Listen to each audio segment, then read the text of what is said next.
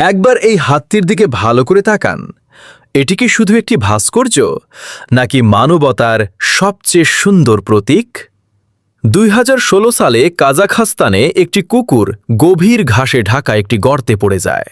তাকে বাঁচাতে তার মালিকও নিচে নামেন, কিন্তু কয়েক মুহূর্তের মধ্যেই দুজনেই আটকে পড়েন মৃত্যুর ফাঁদে।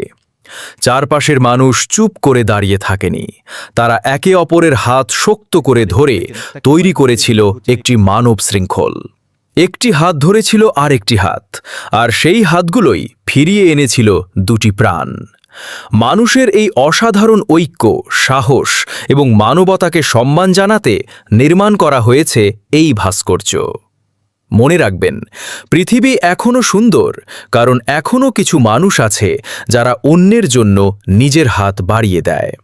এবং এই হাতটি শুধু পাথরের নয়, এটি মানবতার হাত।